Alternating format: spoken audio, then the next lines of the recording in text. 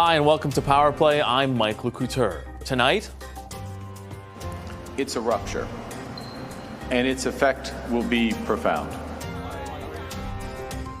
The Carney government looks to transform the Canadian economy with billions to help workers and industries affected by the trade war.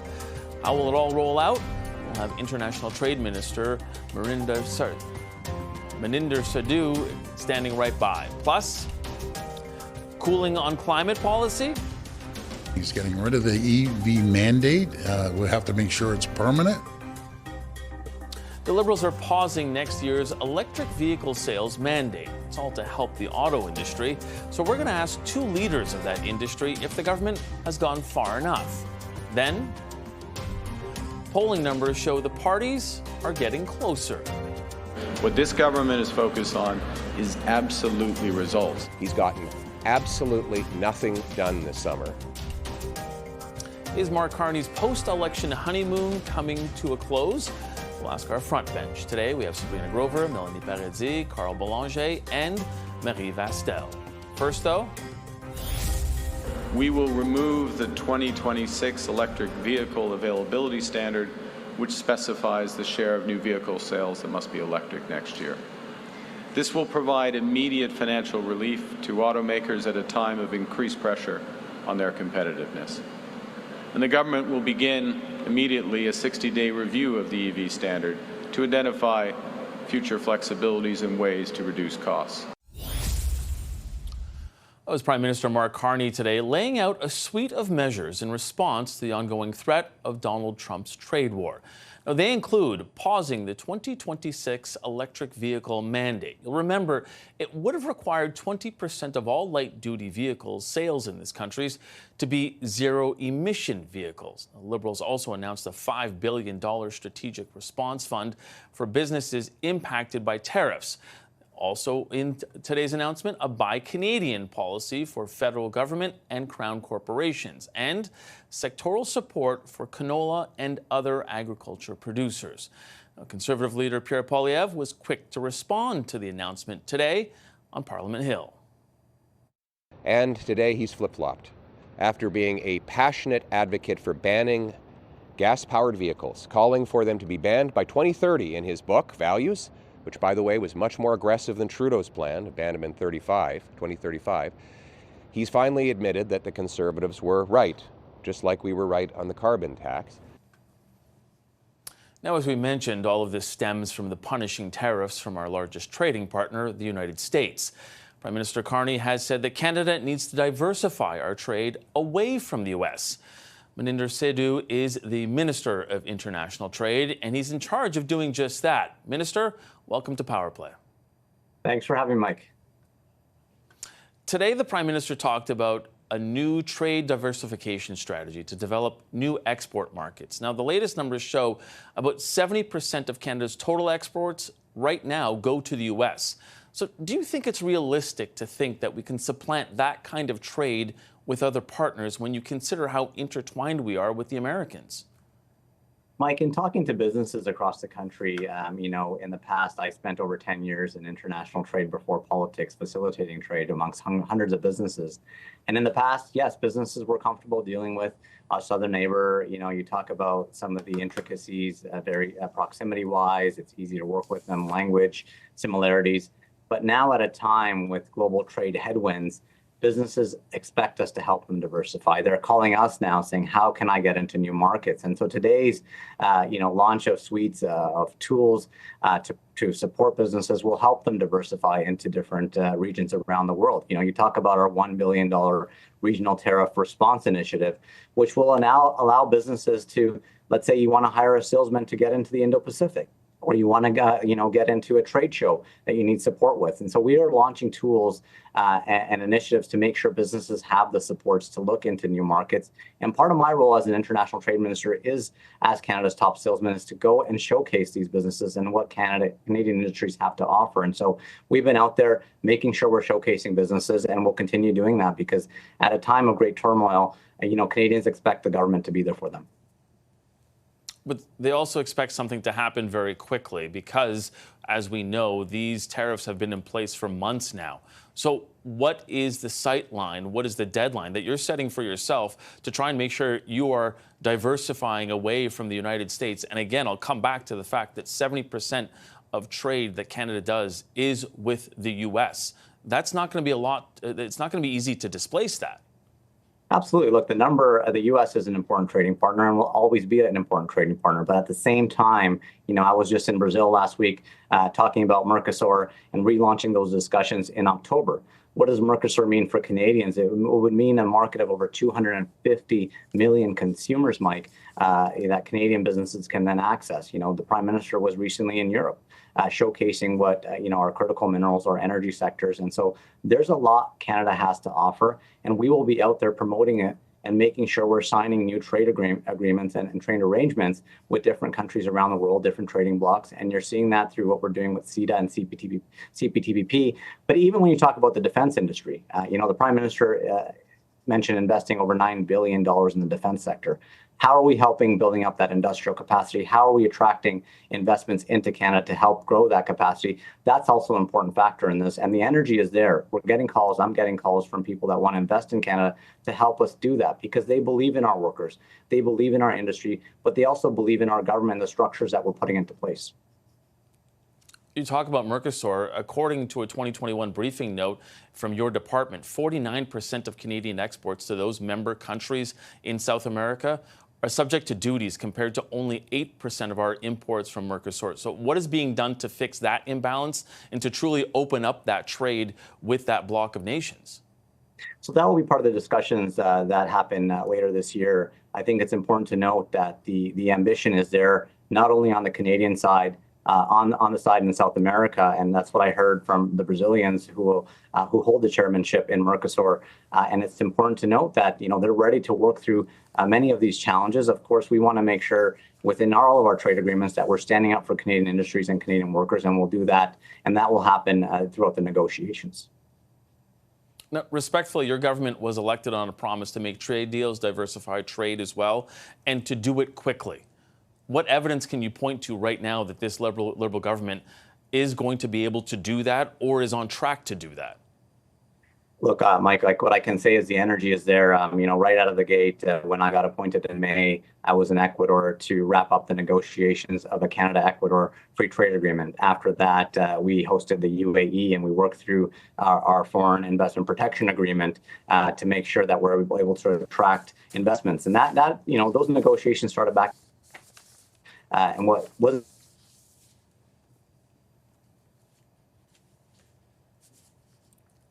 Oh, Minister, I think we're having trouble with your connection.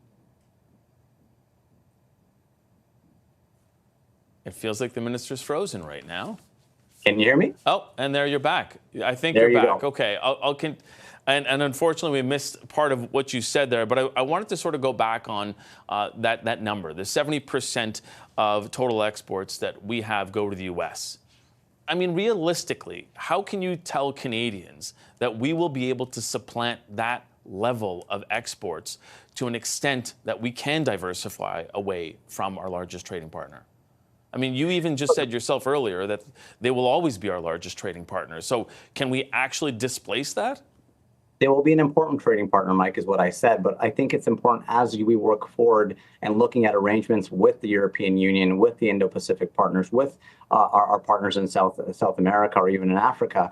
I think it's important that we leave no stone unturned. That's what Canadians expect of this government, and that's what we'll continue to do. And so you've seen the energy with Ecuador, with our partners in the Middle East, now in Brazil, with Mercosur.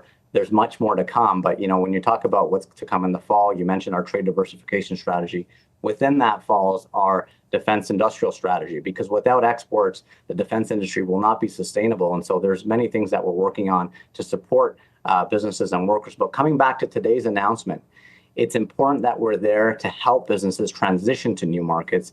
And that's part of today's announcement made by the Prime Minister here locally in Peel in terms of our $5 billion strategic response fund, which will help exporters diversify. You talk about the auto sector, steel and aluminum that's being hit hard by these tariffs. In Brampton alone, I have the Stellantis plant in Brampton East in my riding that I represent.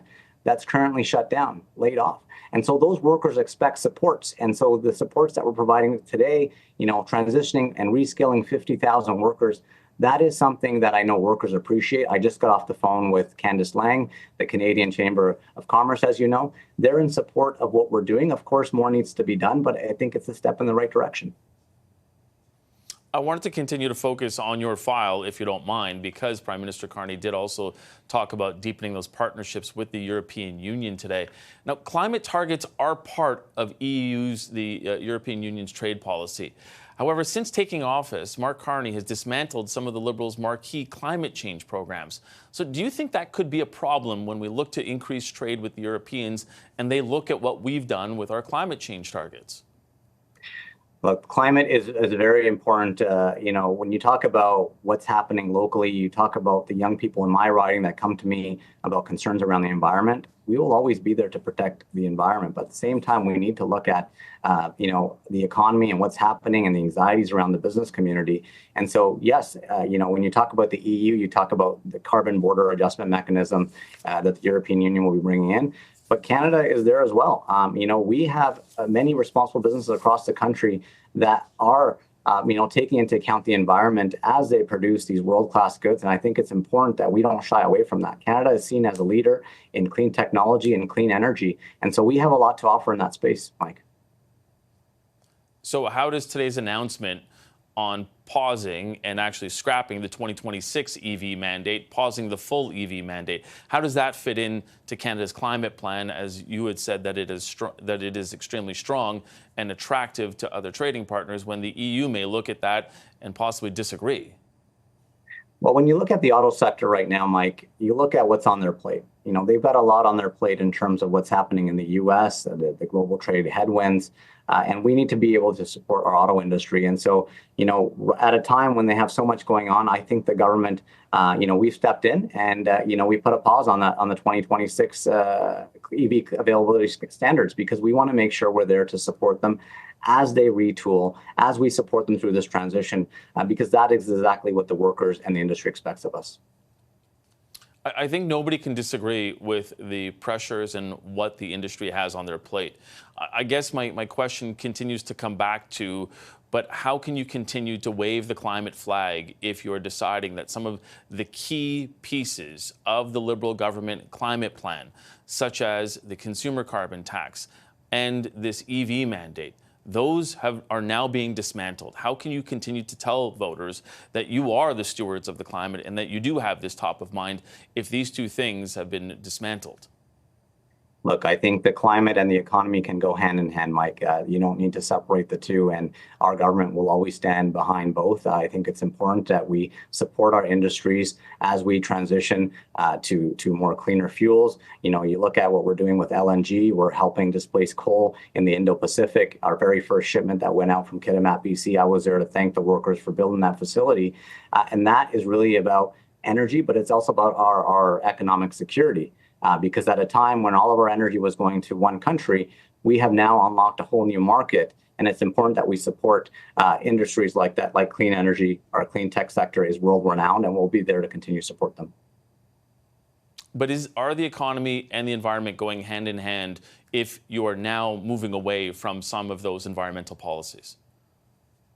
I wouldn't say we're moving away. I would say there's a review going on right now, Mike. And I think at a time where the auto industry, like, this isn't done overnight. This isn't done in consultation with the chambers, with the auto industry, to make sure we're moving collectively in the right direction. And our government will continue listening. This summer I spent talking to chambers across the country. I talked to businesses operating both here in Canada and, that are operating abroad. And they have come back and asked us for more certainty. At a time when our economy is economy of reliance, we need to be more resilient. And so the tools that we announced today is about resiliency. It's about giving tools to businesses to get through this difficult time, especially when we're facing global trade headwinds. The global trade is being impacted negatively across the board. The calls that I'm getting, people want to do more with Canada because we are seen as a reliable, stable trading partner, and we'll continue to make sure that we promote that. And within these challenges, Mike, we're finding a lot of opportunities, and that's why we're able to move so quick on some of these, Ecuador, Canada, the Middle East, and now with Mercosur. there is a need and a want for what Canada has to offer because we have world-class workers, we have world-class industry to build these products, and we want to make sure we showcase them to the world. But within that, we have the Buy Canadian policy, Mike. It's very important that we're able to showcase and support local domestic production, whether it's in the steel sector or aluminum or many of the other sectors, lumber per se, even our agriculture sector. We need to be able to support local industry so we can be able to get through this difficult time. Okay, Minister, we're going to have to leave it there. The Minister of International Trade, Maninder Seydou, thank you so much for joining us. I appreciate it. Thanks for having me, Mike. See you soon. So that is the government's plan. Just a little later on the show, we're going to break down the strategy behind it with our front bench. Up today, we have Sabrina Grover, Melanie Paradis, Carl Belanger, and Marie Vastel. First, though, we're going to shift gears back to the auto industry. So what will the pause in the EV mandate mean for Canadian manufacturers? We'll find out with industry reps next.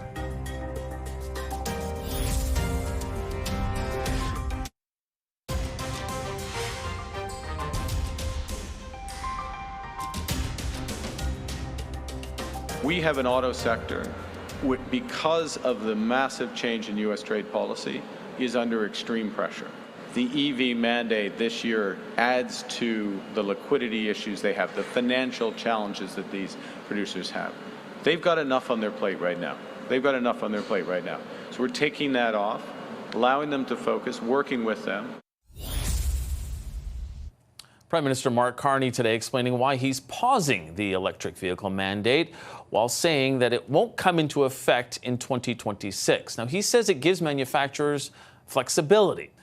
Why they might want that flexibility? We'll take a look at these stats. EV sales are down 23% in the first quarter of this year compared to the year before. Right now, the makeup is just 9% of total vehicle sales. That's before today's announcement. The sales target was 20% next year of all new vehicle sales, and I should say all vehicle sales by 2035 would have to be zero emission. That's the full mandate, and that has not been scrapped just yet, but the government has launched a 60-day review on it. So what will this mean for Canada's auto sector? Joining me now are Brian Kingston. He is the president and CEO of the Canadian Vehicle Manufacturers Association, and Flavio Volpe. He is the president of the Automotive Parts Manufacturers Association. Gentlemen, thank you both for being here. I appreciate this. Brian, I'm going to start with you on this one. This is a pause. You have asked for a full scrapping of the EV mandate. So what are you going to be lobbying for in these next 60 days? Well, this regulation has to be fully repealed. It's just simply not realistic. The targets can't be achieved. And while the pause is helpful, we are currently sitting at 9.7% for 2025. Getting to 20% in 2026 would require a doubling of sales. That is just not going to happen. And then the targets become even more unrealistic as you look out to 2030 and 2035. The industry is under huge pressure right now because of tariffs. We must get rid of this and allow our industry to succeed. And on that, given the changes, Flavio, automakers had tried to hit these goals, but how much would it cost or affect the industry to shift gears now because there's this pause? And if they did scrap it as Brian wants to, because there's a lot of the industry that has been pointed towards EVs and trying to make sure that they are going all in on it under the previous Trudeau administration, or Trudeau government, I should say. Is this going to affect the industry if we do scrap it and try and go back to conventional cars that are not fully EV? No, I think to understand this properly, we have to split the argument between the companies that import into Canada, like Tesla, who imported 100% of the vehicles that they sold that were eligible for the $5,000 purchase incentive from Shanghai, from the companies that Brian represents and that the companies that we supply to, which are making cars in Canada, employing Canadians, and have committed to electrifying those fleets, have committed to making batteries, and committed to buying the supply chain from the supply chain in Canada. What this pause does is allow them some time. And, like Brian said, I think the EV mandate was flawed and wish that they would get rid of it. But at the very least, Don't punish the supply side by saying, hey, by the way, if you can't meet a sales target, if Canadians don't buy those cars from you, you have to spend $20,000 per vehicle to buy a credit or to buy it from Tesla, from companies that don't invest here, so that you could continue selling the cars that employ Canadians in from Oshawa to Windsor, the 125,000 employees that the companies that we represent actually have in Canada. There's a lot of new stakeholders in the business here who had the ear of the Trudeau government. I call them EV enthusiasts. I love EVs. We built one, all Canadian, called Project Arrow. But we're not prepared to give away the market to the Chinese, for example, who have no Canadian content and no intention of it, just so we could say we drive an EV. I'd rather that we take the time to make sure that the investments this government made and the companies made bear fruit. Now, Flavia, you had mentioned at the press conference, or after the press conference, I should say, that you were saying that we should really go ahead and look at Canadian car makers and saying that they should start making the cars that Canadians are buying right now, the ones that they want. The numbers that I'm seeing from Stats Canada right now show that there are 26.3 million motor vehicles registered in Canada. Do you think that's big enough of a market to support Canadian manufacturers? Well, the number that we use is 2 million vehicles a year. So Canadians buy more vehicles than Canadians make. So we have a very strong pull market. And what the government's $5 billion fund is, and it comes from a campaign promise they made, was to say, okay, how are we going to help ensure that these companies aren't under the gun of the White House opinion change next time? You know, we sell 85% of the vehicles we manufacture to the US.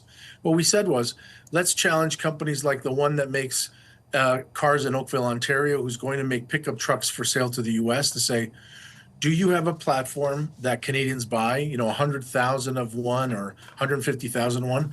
And can we get together and help you retool to make the product that Canadians buy, so that we're less vulnerable to the shocks that the White House wants to introduce? And if you do that, then you can also say in that conversation, hey, by the way, 20% of Canadians want an EV. Show me your plug-in hybrid, show me your battery EV, and let's invest together. We think that's a better way of doing this. We have never said, you know, the official position of the supply companies in Canada, all the Canadian companies, is we need to electrify because it'll play to our strengths. But don't push the market quicker than automakers will take us there. Because if we make the deal with the Chinese, there will be no Canadian suppliers. And we think that this fund is important to be taken together with this EV mandate decision. Yeah, Brian, I wanted to talk about some of the criticism we're seeing out there. I mean, some of it notably coming from environmental groups like Greenpeace, saying that instead we should be, quote, doubling down on renewable energy and EVs rather than bowing before Trump's attack on people and the planet. How do you respond to environmentalists who may feel like this is a walk back and this is not where the industry should be going?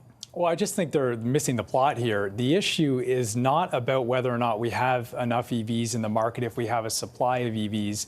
What we're missing is the consumer demand. And I'd like to see these environmental groups and these EV enthusiasts that Flavio mentioned focus on the barriers to adoption. We know what they are. We need more charging infrastructure. Right now, we should have 100,000 public chargers in Canada. This is according to the federal government. There's 36,000. That is a massive gap. So we have to help Canadians make the transition, and you will see more people switching. The supply is here. The inventory is here. You're seeing new models introduced every single month. Let's get at those barriers, and you will see higher adoption rates. I think the idea that you somehow need to mandate it, in fact, will actually have the opposite effect. If there's one thing we know, is that people don't like to be told by government what to do or what to drive. So let's help them with the transition, not force it. But the previous government said if you don't set a target, then people won't rush to it. What do you say to that? Well, you know, they've always failed to mention that we actually have existing regulations for emissions.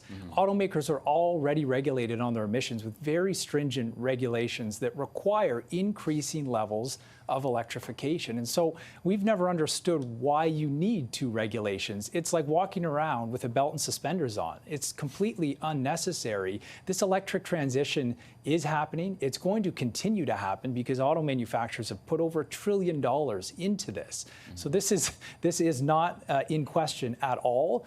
The problem is the pace and bringing the consumer along.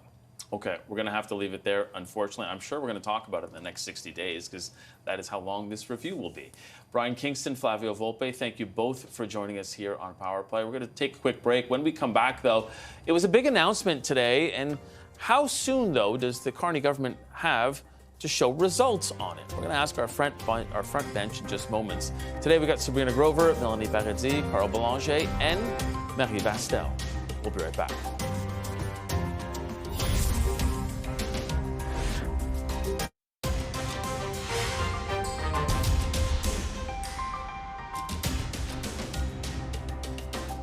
What this government is focused on is absolutely results, not saying something's going to happen at a certain time, but giving workers and businesses the tools to make it happen. He's gotten absolutely nothing done this summer other than shuffle a lot of papers and hold a lot of meetings while Canadians lose their jobs, can't afford food, and are unable to buy homes.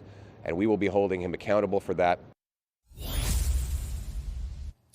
The two main party leaders there weighing in on the Liberal record so far. The public is as well. Recent polling shows Prime Minister Mark Carney has been enjoying a bit of a honeymoon through the spring and summer. But is public opinion cooling as much as those September nights? Take a look at these numbers. The Angus Reid Institute today showing the federal vote intention with the 40% going to the Conservatives right now and 38% for the Liberals. That follows the Abacus data numbers that had the Conservatives at 41% and the Liberals at 39%. So what does this shift mean for Carney's Liberals and Poilievre's Conservatives? Let's bring back our front bench. Sabrina Grover, Melanie Paradis, Carl Belanger, and Marie Vastel. Melanie, start with you on this one. Are you at all shocked to see the Conservatives now back in the lead, according to these polls? No, absolutely not. That was all inevitably going to happen once people realized their disappointment in the Liberal government. But this soon, I guess I mean this early on. I mean, this is only months after the election. Right, you're right. It is. Again, I think this has a lot to do with the shifting landscape in terms of the issues that we're looking at right now. Digging into this report and into the data a little bit further, there's some really interesting numbers related to women. And so the data in this Angus Reid report shows that there's 7 points across all age groups of women that Carney has lost. I think that crime is playing a large role in that, because what we know is that when law and order is an issue set, women tend to vote Conservative. A great example of that is 2006, Stephen Harper. He won government after a rash of gang shootings and violence in Toronto that kind of gripped the nation. I think we're in a similar moment where there's a lot of crime, there's a lot of car theft, homes being broken into, and people, especially women, are very concerned about this. And so as we see this continue to trend, unfortunately, and I say unfortunately, unfortunately crime is trending up. If that's not being dealt with by the federal government, they're going to start to wear that more and more. Carl, do you think it's that, or is it more of the, as we were speaking in that last segment, Canadians are looking at this and sort of going, okay, Mr. Carney, you said you were going to do all of this and all of this very quickly, but we're not feeling it that quickly. Right, the elbows were supposed to be up, and they have not been up. In fact, they've been down, and the Canadians are noticing. They're noticing that they're hurting when it comes to the cost of living. Gas prices just went up here in the National Capital Region by 10 to 20 cents, depending on which side of the river you are. So people are noticing those things, and of course, they blame the government in place, especially a government that promised to fix these things. So, but at the same time, we can't read too much into it. It's not like the general election is around the corner. They're both in the around the 40% range, like they were during the election, and like they ended up. The difference I noticed in this poll is that the NDP is back in double digits. So does it mean anything? No. It means that maybe some players have buyer's remorse because they elected Carney to save the day, and the day has yet to be saved. It's interesting, Marie, because the impressions of Carney that we have, and that often is something that gets weighed here. So in the Abacus data one, it's 48% positive, 39% negative. Impressions of Pierre Poilievre in the Abacus data's polling is 42% negative, 40% positive. I mean, so still, I would say Mark Carney still has that sort of positive impression, but it doesn't seem to be following him in the brand of the Liberals. I think there's a real impatience. To me, that's what stands out in all these different polls. Abacus also had this sort of deep dive analysis of what Canadians' priorities are, how they rank, how the government is doing on those priorities, and the likeliness of the government achieving those priorities. And other polls that have come out in the past week, to me, the thread is impatience. Canadians are impatient to see results, impatient to see what was promised to them. But to your point, Prime Minister Carney's positives are higher right now. And the other caveat that I would put is that I haven't really seen Mr. Poilievre change gears at all since the last election, and he lost the last election. His tone has not really changed. His policies have not really changed. This promise of stand your ground, American-inspired law, I'm not sure is what is going to get him new votes. And on the policies that are more middle ground, well, they're being stolen by Liberals, and to his defense, he's kind of stuck because he loses them. So there is that challenge for the Conservatives of not having shifted to what would maybe bring a better result than what they had recently. And then the NDP, I'm glad Carl is very enthusiastic about them being at 10%, but the party is not doing that well, let's be honest. Yeah. They don't have a lot of money, and this leadership race is not really attracting a lot of enthusiasm. I know it's only starting, but and I see these both opposition parties kind of just preaching to the converted. They're both preaching to their own bases. Mr. Poilievre, maybe because he has a confidence vote coming. The NDP, maybe for this leadership vote. But it does leave room for the Prime Minister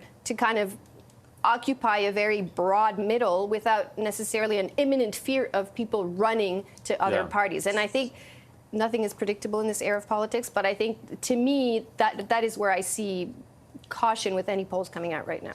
Yeah, and obviously, as Carl... Here. And obviously, we're may or may not be far away from an election right now, Sabrina.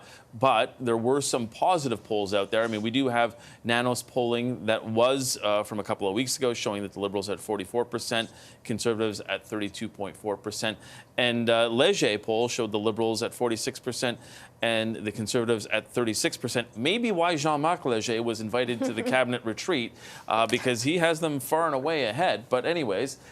Sabrina, what do you think about this feeling of impatience and the public sentiment of possibly impatience and saying, to Carl's point, buyer's remorse a little bit here? Yeah, I think that the polls are a bit nebulous and hard to kind of really grasp right now, because you did just have summer vacation. You are having people kind of still navigate, like, what is government doing? What is the impact of trade or of the tariffs, and specifically in the specific sectors or on their pocketbooks. So I'm not sure that I want to take a lot of stock into polling today. I think it'll be interesting to see what happens, at the beginning of October when you're back in session and when you actually see Pierre Poilievre and Mark Carney face off in the House. And I think, to Marie's point, we haven't seen Pierre Poilievre change anything. I watched one of his press conferences last week, and it could have been the same press conference I watched in November 2024. He's got the same message. And while that message did okay in the election, it didn't allow them to win. And things are going to change as you see the government actually act on things. And what I think is important is that this government doesn't seem afraid of actually changing tact and of doing things differently from the government before them. And they've made a really clear break from the Trudeau Liberals when it comes to things like acceleration on oil and gas pipelines, or things like the EV mandate today. I think is a significant break in policy from previous Liberal governments. And I think it's important to see that as a signal that this government isn't willing to just sit down and take it, that if they are going to see polls, drop down, that they are going to act. And I think the other piece about the polling that is important is that the Liberals the Liberals and Conservatives are one thing, but the numbers between Pierre and Mark Carney haven't changed that much, and his leadership is still quite strong. Melanie, I wanted to pick up on something that Marie talked about how Pierre Poilievre and Sabrina just mentioned, Pierre Poilievre seemingly hasn't shifted gears. Do you think that will affect, and to that point of the likability or the net positives, do you think he needs to shift gears to try and appeal to a wider base, even though he's coming up on that leadership review? So I think that politics is not stagnant, right? The issue set is constantly evolving. If Pierre can hold on to the coalition that he was able to put together, which was a really diverse and interesting coalition in the last election, sure, it wasn't enough to win government, but it was really impressive. If he holds that coalition and he can add to it some of the women who are now disenchanted with Mark Carney because of crime, because he's soft on crime, and we're not seeing a law and order agenda yet.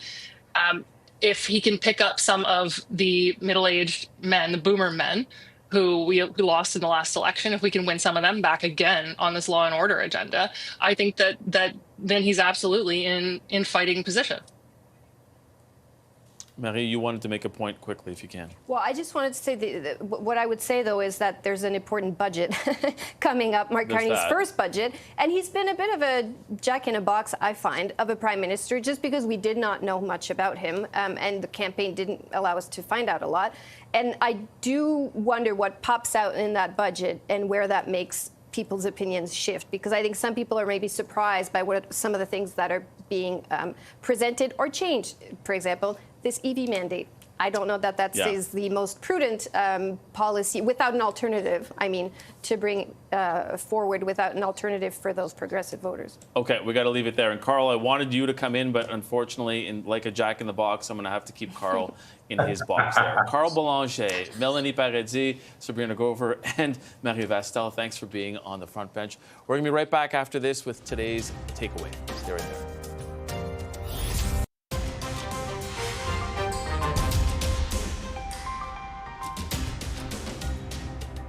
For today's takeaway, we're going to head back to our top story. We've been talking a lot about Canada's auto industry with Prime Minister Mark Carney putting a pause on the electric vehicle sales and on that mandate. He's putting on a hold just for next year and launching a review of the entire system. Now, it's a response to the tariffs from the United States. And late this afternoon, President Donald Trump said he's not backing down.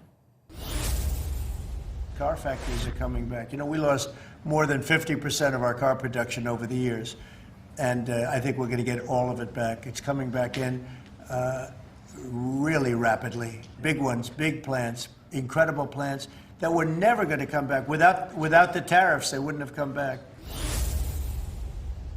That's it for Power Play. Thanks for spending your time with us today. Stay tuned, though. Your top headlines are just ahead.